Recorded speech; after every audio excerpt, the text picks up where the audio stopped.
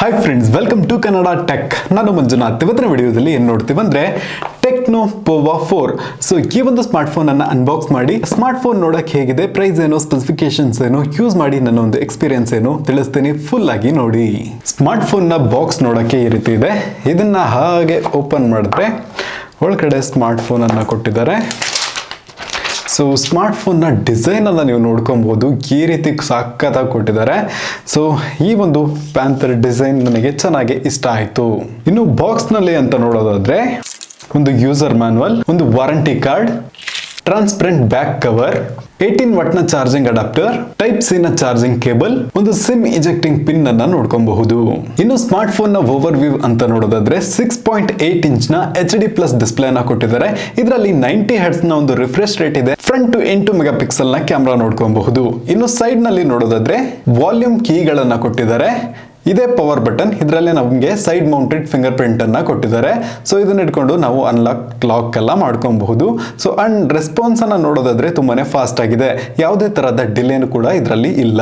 ಇನ್ನು ಲೆಫ್ಟ್ ನಲ್ಲಿ sim tray ಅನ್ನ ಕೊಟ್ಟಿದ್ದಾರೆ. ಇದರಲ್ಲಿ ನಾವು 2 ಸಿಮ್, ಒಂದು ಮೆಮೊರಿ ಕಾರ್ಡ್ ಅನ್ನ ಹಾಕೊಬಹುದು. 2 ಸಿಮ್ ಕೂಡ 4G ಅನ್ನ ಸಪೋರ್ಟ್ ಮಾಡುತ್ತೆ. ಇನ್ನು ಬಾಟಮ್ ನಲ್ಲಿ ಸ್ಪೀಕರ್, ಟೈಪ್ ಸಿ ನ ಚಾರ್ಜಿಂಗ್ ಪೋರ್ಟ್, ಒಂದು ಮೈಕ್ರೋಫೋನ್ ಹಾಗೂ 3.5mm ಹೆಡ್ಫೋನ್ ಜಾಕ್ ಸಪೋರ್ಟ್ ಕೂಡ ಇದೆ. ಇನ್ನು ಈ ಒಂದು ಸ್ಮಾರ್ಟ್ ಫೋನ್ ನ ಆಪರೇಟಿಂಗ್ ಸಿಸ್ಟಮ್ ಅಂತ ನೋಡೋದಾದ್ರೆ ಇದು iOS 12.0 ನ ಜೊತೆಗೆ ಬರ್ತಾ ಇದೆ, Android 12 ನ ಬೇಸ್ ಮೇಲೆ. ಇನ್ನು ಈ ಒಂದು ಸ್ಮಾರ್ಟ್ ಫೋನ್ ನ ಬೇರೆ ಸ್ಪೆಸಿಫಿಕೇಶನ್ಸ್ ಅಂತ ನೋಡೋದಾದ್ರೆ ಇದರಲ್ಲಿ 8GB ರ್ಯಾಮ್ ಅನ್ನ ಕೊಟ್ಟಿದ್ದಾರೆ, plus 5GB virtual RAM support ಅನ್ನ ಕೊಟ್ಟಿದ್ದಾರೆ. ಸೊ ಟೋಟಲ್ ಆಗಿ 13GB ರ್ಯಾಮ್ ಅಂತಾನೆ ಹೇಳ್ಬಹುದು. ಇನ್ಬಿಲ್ಟ್ ಸ್ಟೋರೇಜ್ ಅನ್ನ ನೋಡೋದಾದ್ರೆ 128GB ಇನ್ಬಿಲ್ಟ್ ಸ್ಟೋರೇಜ್ ಇದೆ. 2TB ತನಕ ಎಕ್ಸ್ಟರ್ನಲ್ ಮೆಮೊರಿ ಕಾರ್ಡ್ ನ ಕೂಡ ಹಾಕೊಬಹುದು. ಸೊ ಇದೊಂದು ಒಳ್ಳೆ ವಿಷಯ ಅಂತಾನೆ ಹೇಳಬಹುದು. ಇನ್ನು ನೆಕ್ಸ್ಟ್ ಇದು MediaTek ನ Helio G99 ನ ಒಂದು ಪ್ರೊಸೆಸರ್ ನ ಜೊತೆಗೆ ಬರ್ತಾ ಇದೆ. ಪ್ಯಾಂಥರ್ ಗೇಮ್ ಇಂಜಿನ್ 2.0 ಮತ್ತು ಹೈಪರ್ ಇಂಜಿನ್ 2.0 ಲೈಟ್ ಸಪೋರ್ಟ್ ಅನ್ನ ಕೊಟ್ಟಿರೋದ್ರಿಂದ ನಾವು ಗೇಮಿಂಗ್ ಅನ್ನ ಚೆನ್ನಾಗಿ ಆಡ್ಕೊಬಹುದು. ಮತ್ತೆ ಇದರಲ್ಲಿ ಗ್ರಾಫೈಟ್ ಕೂಲಿಂಗ್ ಅನ್ನ ಕೂಡ ಕೊಟ್ಟಿದ್ದಾರೆ. ಸೊ ಇದು ಕೂಡ ಒಂದು ಒಳ್ಳೆ ವಿಷಯ ಗೇಮಿಂಗ್ ಆಡಕ್ಕೆ. ಹಾಗೂ ಇದರಲ್ಲಿ 6000 mAh ನ ಒಂದು ದೊಡ್ಡ ಬ್ಯಾಟರಿಯನ್ನ ಕೊಟ್ಟಿದ್ದಾರೆ. ಸೊ ಇದು ನೀವೇನಾದ್ರೂ ಹೊರಗಡೆ ಎಲ್ಲ ಹೋಗ್ತಿದ್ದೀರಾ, ಚಾರ್ಜರ್ ತಗೊಂಡೋಗಲ್ಲ, ಸೊ ಆ ರೀತಿ ಇದ್ರೆ ಒಂದೆರಡು ದಿನ ಆರಾಮಾಗಿ ಬರುತ್ತೆ. ಸೊ ನೀವು ಕಾಲಿಂಗ್ ಎಲ್ಲ ಆರಾಮಾಗಿ ಮಾಡ್ಕೊಬಹುದು. ಇನ್ನು ಗೇಮಿಂಗ್ ಅಂತ ನೋಡೋದಾದ್ರೆ ನೀವು ಮಧ್ಯಾಹ್ನದಿಂದ ಸಂಜೆವರೆಗೂ ಆರಾಮಾಗಿ ಗೇಮಿಂಗ್ ಅಲ್ಲಿ ರುಬ್ಬಾಡ್ಕೊಬಹುದು. ಇನ್ನು ನನ್ನ ಒಪಿನಿಯನ್ ಏನು ಅಂತ ನೋಡೋದಾದ್ರೆ ಈ ಒಂದು ಸ್ಮಾರ್ಟ್ ಫೋನ್ ಏನಿದೆ ಗೇಮರ್ಸ್ ಗೆ ಬೆಸ್ಟ್ ಅಂತಾನೆ ಹೇಳ್ಬಹುದು. ಯಾಕಂದ್ರೆ ಗ್ರಾಫೈಟ್ ಕೂಲಿಂಗ್ ಇದೆ, ಒಳ್ಳೆ ಒಂದು ಪ್ರೊಸೆಸರ್ ಅನ್ನ ಕೊಟ್ಟಿದ್ದಾರೆ, ಒಳ್ಳೆ ಒಂದು ಪರ್ಫಾರ್ಮೆನ್ಸ್ ಅನ್ನ ಕೊಡುತ್ತೆ, ಸ್ವಲ್ಪ ದೊಡ್ಡ ಡಿಸ್ಪ್ಲೇ ಅಂತಾನೆ ಹೇಳ್ಬಹುದು. 6.82 inch display, 90 hertz refresh rate ಅನ್ನ ಹೊಂದಿದೆ, 180 ಹರ್ಟ್ಸ್ ನ ಟಚ್ ಸ್ಯಾಂಪ್ಲಿಂಗ್ ರೇಟ್ ಸಪೋರ್ಟ್ ಕೂಡ ಇದೆ. ಸೊ ನೀವು ಗೇಮಿಂಗ್ ಎಲ್ಲ ಚೆನ್ನಾಗಿ ಆಡ್ಕೊಬಹುದು. ಬಟ್ ಇದೊಂದು HD+ ಡಿಸ್ಪ್ಲೇ ಆಗಿದ್ದು ಫುಲ್ HD+ ಕೊಟ್ಟಿದ್ರೆ ಇನ್ನೂ ಚೆನ್ನಾಗಿರ್ತಿತ್ತು.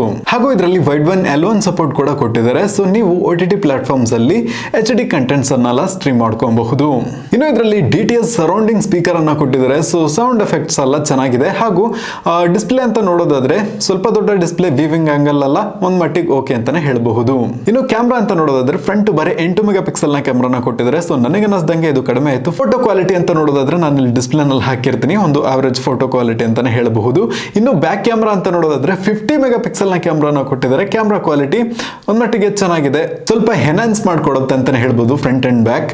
ಅಂಡ್ ಕ್ವಾಲಿಟಿ ಓಕೆ, ಒಳ್ಳೆ ಒಂದು ಡಿಸೆಂಟ್ ಕ್ವಾಲಿಟಿ ಅಂತಾನೆ ಹೇಳಬಹುದು. ಸೊ ಗೇಮಿಂಗ್ ಆಡೋರಿಗೆ ಅಥವಾ ಮೂವೀಸ್ ಅನ್ನ ನೋಡೋರಿಗೆ ತುಂಬಾ ಹೊತ್ತು ಬ್ಯಾಟ್ರಿ ನಿಲ್ಬೇಕಪ್ಪ, ಸೊ ಅಂತವರಿಗೆಲ್ಲ ಈ ಒಂದು ಸ್ಮಾರ್ಟ್ ಫೋನ್ ಚೆನ್ನಾಗಿರುತ್ತೆ. ಇದರ ಪ್ರೈಸ್ ಅಂತ ನೋಡೋದಾದ್ರೆ 11,999 ರೂಪಾಯಿಗೆ ಲಾಂಚ್ ಮಾಡಿದ್ದಾರೆ. ಸೊ ಈ ಒಂದು ಸ್ಮಾರ್ಟ್ ಫೋನ್ ಬಗ್ಗೆ ನಿಮಗೇನು ಅನ್ಸುತ್ತೆ ಅಂತ ಕಮೆಂಟ್ ಬಾಕ್ಸ್ ಅಲ್ಲಿ ತಿಳಿಸಿ. ಪ್ರಾಡಕ್ಟ್ ಲಿಂಕ್ ನಾನು ಡಿಸ್ಕ್ರಿಪ್ಷನ್ ಅಲ್ಲಿ ಕೊಟ್ಟಿರ್ತೀನಿ, ನೀವು ಚೆಕ್ ಮಾಡ್ಕೊಬಹುದು. ಈ ಒಂದು ವಿಡಿಯೋ ನಿಮಗೆ ಇಷ್ಟ ಆಗಿದ್ರೆ ಲೈಕ್ ಮಾಡಿ, ಹಾಗೆ ವಿಡಿಯೋನ ಎಲ್ರಿಗೂ ಶೇರ್ ಮಾಡಿ. ನೀವು ಕನ್ನಡ ಟೆಕ್ ಚಾನಲ್ಗೆ ಸಬ್ಸ್ಕ್ರೈಬ್ ಮಾಡ್ಕೊಂಡಿಲ್ಲ ಅಂದ್ರೆ ಸಬ್ಸ್ಕ್ರೈಬ್ ಮಾಡ್ಕೊಂಡು ಪಕ್ಕದಲ್ಲಿರುವ ಬೆಲ್ ಬಟನ್ ಅನ್ನ ಕ್ಲಿಕ್ ಮಾಡ್ಕೊಳ್ಳಿ. ಇವತ್ತಿನ ವಿಡಿಯೋದಲ್ಲಿ ಇಷ್ಟನ್ನೇ. Thank you for watching and Jai Hind.